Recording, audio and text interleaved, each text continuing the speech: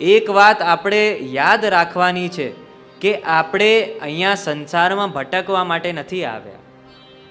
નહીં તો બ્રહ્મ સંબંધ જ આપણે કેમ લઈએ? ટીકામાં આપ બ્રહ્મ સંબંધનું સમજાવે છે ગુસાઈજી કે જેમ ગાયત્રી એક બ્રાહ્મણને પ્રાપ્ત થાય, યજ્ઞોપવિત બ્રાહ્મણને પ્રાપ્ત થાય ને એને કર્મ વેદ કર્મ કરવાની અધિકાર પ્રાપ્ત થાય, એમ બ્રહ્મ સંબંધ મળવાથી, બ્રહ્મ સંબંધ થવાથી એને ઠાકોરજીની સેવાની અધિકાર પ્રાપ્ત થાય છે. તો આપણે જે પુષ્ટિ સૃષ્ટિ છે, ઠાકોરજીની શ્રીઅંગની સૃષ્ટિ છે ને આપણું કર્તવ્ય એ જ છે જે મહાપ્રભુજી આપણને સમજાવે છે, સર્વદા સર્વભાવેન ભજનીયો વ્રજાધિપ સ્વસ્યાયમેવ કર્તવ્ય. લોકવેદમાં આપણી સ્થિરતા નથી લાવવા દેતા.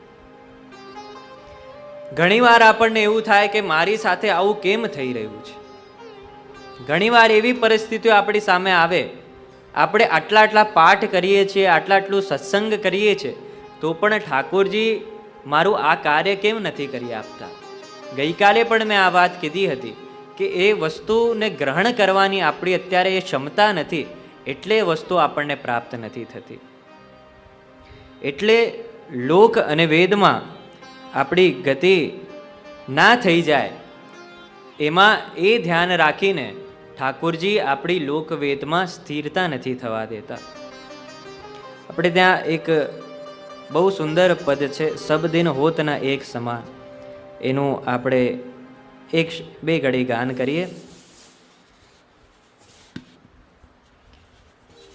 સબ દિન હોત ના એક સમાન, સબ દિન હોત ના એક સમાન, પ્રગટ है पूरव की करनी, तज मन सोच ज्ञान,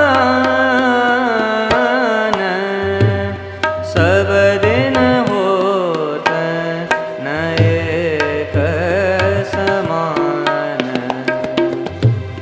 कबहु कराजा हरीश चंद्र,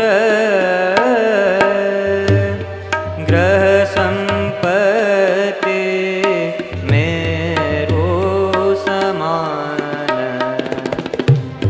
कबहु कदाच स्वपच ग्रह,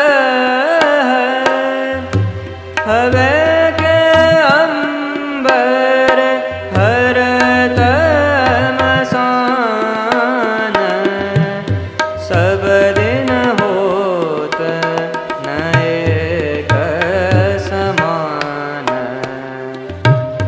कबहु युधिष्ठिर राज सिंहासन, अनुचर श्री भगवान, कबहु द्रुपद सुता कौरव वश, केश दूषासन तान, सब दिन होत न एक समान, कबहु करोल है बन्यो बाराती, चहु दिश मंगल गान,